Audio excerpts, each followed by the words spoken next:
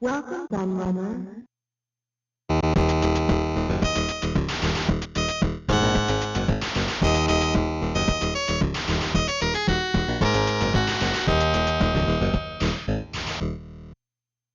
Those of you who follow this channel regularly will know that each week I post a different viewer poll, and in one of those I asked you what system you would like to see me feature next in my 10 Amazing Facts series. The eventual winner of the selection was actually the Atari Jaguar, but finishing in a very healthy second place was the relatively obscure FM Towns Marty. So really I should be looking at Atari's 64-bit beast this week. But such was the interest in Fujitsu's console, I decided it would be more interesting to look at that first. For me, the best thing about this series is looking at the systems that never got any love and are rarely covered by other YouTube channels. That's why I've previously looked at systems like the Dragon 32, Auric 1 and Philips Video Pack on the Laird's Lair, and I will continue to give the more obscure systems some love, especially as that's what my viewers want to see. And when you consider that my least watched Amazing Facts video covered the Nintendo Entertainment System, one of the best selling consoles of all time, and my most popular in comparison, as well as its great rivals, the Atari 7800 Pro system, which sold considerably less, my logic makes perfect sense. So let's get on with it then, shall we, and look at 10 amazing facts about the FM Towns Marty console. これがタウンズワールド。パソコンの中に遊園地があるみたい。ハイパーメディアパソコン富士通 FM タウンズ。広がる広がる。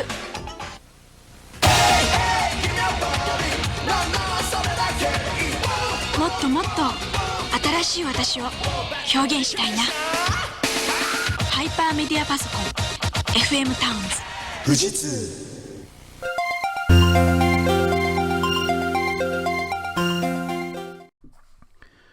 So let's start off with something pretty obvious. The Marty was of course a consoleized version of the popular Japanese FM Towns computer. The FM part of the name stands for Fujitsu Micro, whilst the suffix comes from Charles Towns, the winner of the 1964 Nobel Prize in Physics. It was quite common for Fujitsu to use Nobel Prize winners as code names for their technology during the development phase, but in this case the name stuck, although the E was removed to stop people incorrectly pronouncing it as Townes. The FM Towns was a replacement for the powerful 8-bit FM7 computer and was first introduced in February 1989, over 4 years before the arrival of the Marty. It was updated numerous times before being discontinued in late 97, and was the main competitor to NEC's PC-88 and PC-98 series, which led the home computer market in Japan. In fact, with the Marty, Fujitsu went to war with their great rival once again, as the system was remarkably similar in both looks and design to NEC's PC Engine Duo.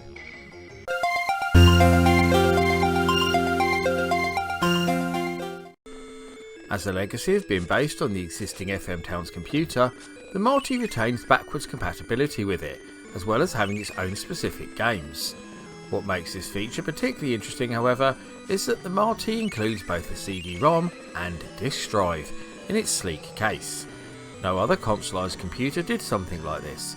You could also hook up various peripherals too, like a keyboard and mouse, much like the Atari XE game system, meaning it could be turned into a fully blown home computer if you wished. The only issue with this cross-compatibility was that while the FM Towns computer was subject to almost continuous upgrades and revisions, the Marty wasn't. So many later games designed for the home PC wouldn't actually work on the Fujitsu console, and it wasn't always clear what games would and wouldn't work, as system requirements weren't always clearly listed on the box. All Marty branded games would work perfectly on the FM Towns computer, however, as you'd probably expect.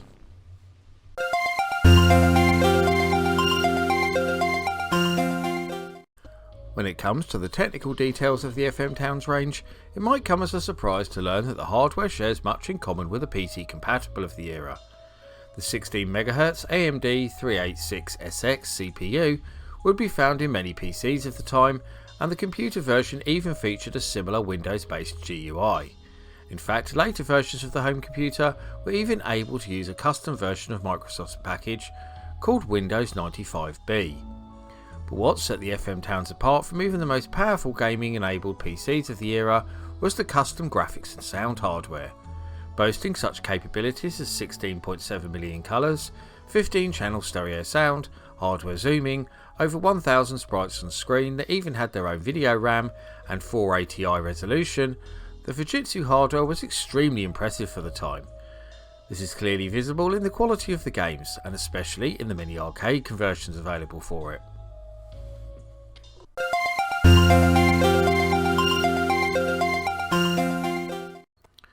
Those of you who are from the UK like me will no doubt remember Commodore's claims that the Amiga CD32 was the world's first 32-bit CD games console, but you may not be aware that this was a flat out lie, and not only appeared on the CD32's box, but also on pretty much all of Commodore's advertising too, and it's quite frankly flabbergasting that they got away with it. I was working at a branch of Game when the CD32 was launched. I was actually embarrassed to even put that box on the shelf, knowing full well how wrong it was. You can probably already see where I'm going with this, but for those who don't, the FM Towns Marty is the real holder of this crown. With its 386 SX AMD CPU, it was most certainly 32-bit, and most certainly the world's first 32-bit console, a claim it also used on its own advertising over in Japan. Now, it could be argued that the FM Towns was an obscure and unknown console from the other side of the world that nobody had even heard of, but this doesn't really hold water. I can clearly remember popular magazines of the time like CMVG and Ace reporting on the FM Towns and its amazingly advanced capabilities. For a while at least, it was the dream machine of many a British teenager and the talk of the playground amongst my friends. It could be argued that the Marty only has a 16-bit data bus, but the 16-bit Super Nintendo only had an 8-bit data bus, and nobody questions that spitness. So with this in mind, I simply can't believe that Commodore had never heard of the FM Towns Marty or its 32-bit architecture, and consciously decided to mislead consumers when they released the CD32 to retail some 6 months later. Shame on you, Commodore, shame on you. I guess Fujitsu got the last laugh though, because less than a year later Commodore were bankrupt and the CD32 had been discontinued, whilst the FM Towns Marty was still carving a nice little niche for itself in the land of the rising sun.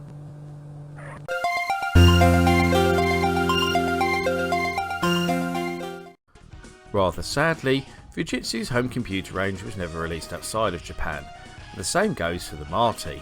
This means that it's not only both expensive and difficult to obtain a console outside of the land of the rising sun, it's also hard to play on it at times too, with many games featuring Japanese text. This isn't much of a problem in an arcade style game of course, but it soon becomes a big barrier when you try to experience the many RPGs and strategy games that the console has to offer. There was a strong rumour that the Marty was going to be released in North America, with the European release possibly following, and it was reported that Fujitsu was speaking to potential partners in the West in magazines of the time. Some of these publications, such as Edge and Die Hard Game Fan, even started reviewing Marty games on their hallowed pages in anticipation of the console's release. Unfortunately, nothing ever came of this rumour, and the Marty was soon forgotten about once the Sega Saturn and Sony PlayStation appeared on the horizon.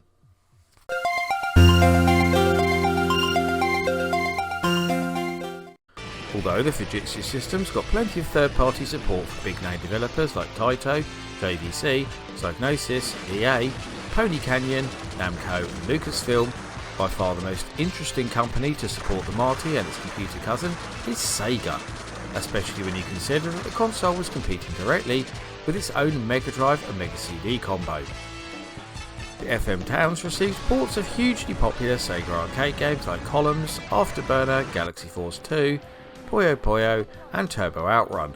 One of the reasons it got conversions of those advanced superscalar games was that Fujitsu's own hardware has extremely powerful sprite capabilities that help it replicate the scaling effects much better than any of its rivals. Even American magazine Die Hard Game Fan took a look at some of these games and were very impressed by what they saw, especially when compared to Sega's own Genesis ports.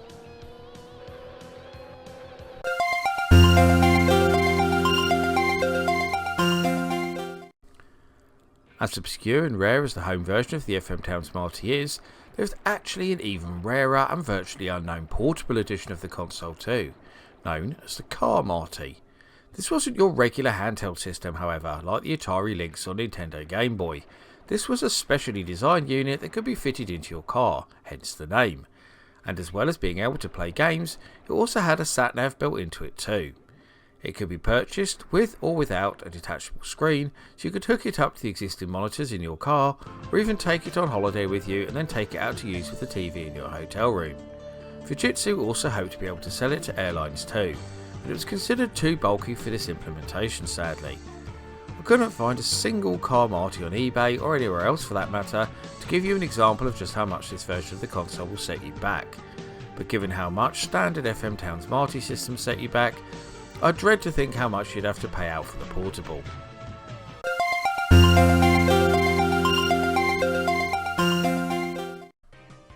I already mentioned earlier in this video that the FM Towns computer got many revisions and upgrades. I've also just talked about a different version of the console in the form of the car Marty II. But there is another revision of the hardware that we need to talk about in the form of the Marty II. Almost as soon as Fujitsu announced a remodeled version of the Marty, speculation mounted on what upgrades it would include. In line with the upgrades made to the home computer, it was soon being reported that it would include a more powerful Intel 486 CPU, more RAM and a faster CD drive, thus giving it more compatibility with the new FM Towns games, and make it a more attractive proposition compared to new consoles that were arriving on the market like the Atari Jaguar and 3DO. However, when the console finally arrived in the summer of 1994, the only difference that could be found was the new case, which was now grey instead of white. Other than some cost reductions to make the console a bit cheaper, there were no real differences to the actual hardware, much to the disappointment of potential consumers.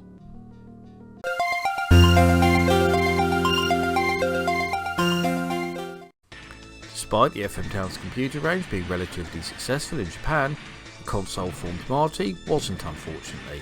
At the beginning of 1994, Fujitsu reported that they had sold just shy of 45,000 units in the first year of production. They hoped that the remodelled and cheaper priced Marty II would change that, but it did little to help the console's fortunes, unfortunately. And as 1995 came around, Fujitsu made the decision to discontinue the console. Marty had already been dropped by most retailers as soon as the Sega Saturn and Sony PlayStation came along, so its demise was somewhat inevitable. But despite this, the Marty managed to retain a small but hardcore user base, and the console was still supported by new software right up until the end of the decade, thanks in part to its cross-compatibility with the FM Towns computer, which itself had been recently discontinued as PC compatibles had taken over the home computer market. Fujitsu then moved into making PC compatibles of their own, as well as moving into other sectors such as IT support, networking and data storage. In fact, in the modern day, the company, who is still headquartered in Tokyo, Japan, are ranked as the 6th largest provider of IT services in the entire world. So with all that money, what are the chances of an FM Towns Marty Mini, guys?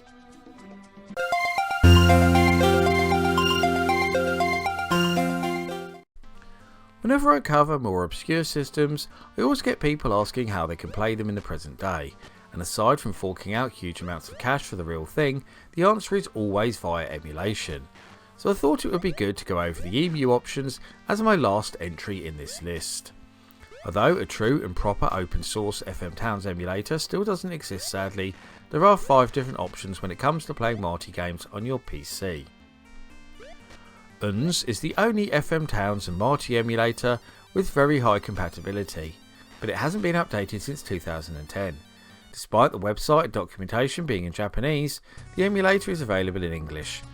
It cannot run ISOs directly, instead choosing to read game data from an optical drive that's attached to the host system. Thankfully, ISOs can be easily mounted as virtual optical drives on most modern OSs, even Windows 10. Floppy disk images, however, can be loaded directly into the emulator itself. Sugaru is a new FM Towns emulation project started in January 2020. The developer is already claiming 95% software compatibility, but you'll need a pretty powerful PC to use it, and there's still a quite large number of bugs and glitches within the compatible games. As this one is still being worked on, it will hopefully continue to improve and eventually become the default option for FM Towns emulation. Other options include a plug-in for MAME, although this is incredibly buggy and incomplete, XE, which is a Linux-based option but suffers from similar compatibility problems, and finally Box, which is written in C++ and geared around emulating the full x86 architecture, but again the FM Towns module within this emulator is very patchy. I'll provide a link to all of these in the description so you can check them out and hopefully experience this great system for yourself. Marty にチャンネルを合わせたまえ。胸に迫る感動が、ほら、君のものさ。素敵な星空。マーティをテレビにつなぎたまえ。めくるめくスリルが、ほら、君のものさ。CD の数だけ番組が増える。学べる遊べるみんなに楽しい富士通の FM タウンズマーティ新登場。今ならすぐに使える体験 CD がもらえるよ。詳しくはお店で。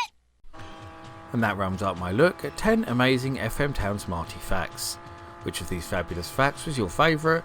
Or can you think of any tantalising tidbits of trivia that I didn't include? I always love to hear the thoughts and views of my audience, so please get typing in that comment section. Before I go though, I must thank all of my loyal patrons who continue to support my channel and make videos like this possible. However, I must give special thanks to the following patrons in particular, their much appreciated pledges: Mitchell Valentino, Neptune, Seth A. Robinson, Carl Olsen, Dos Gamerman, Ozzy B, D. Vaughan, Grady Haynes and Electron Star Collapse. If you also want to help support all my creative endeavours, including this YouTube channel, then please go and check out my Patreon right now. You can get access for host-restricted content including downloads, exclusive videos, creative insights and much more besides. I've been the Laird, I thank you for watching and I'll see you all again for another video very soon.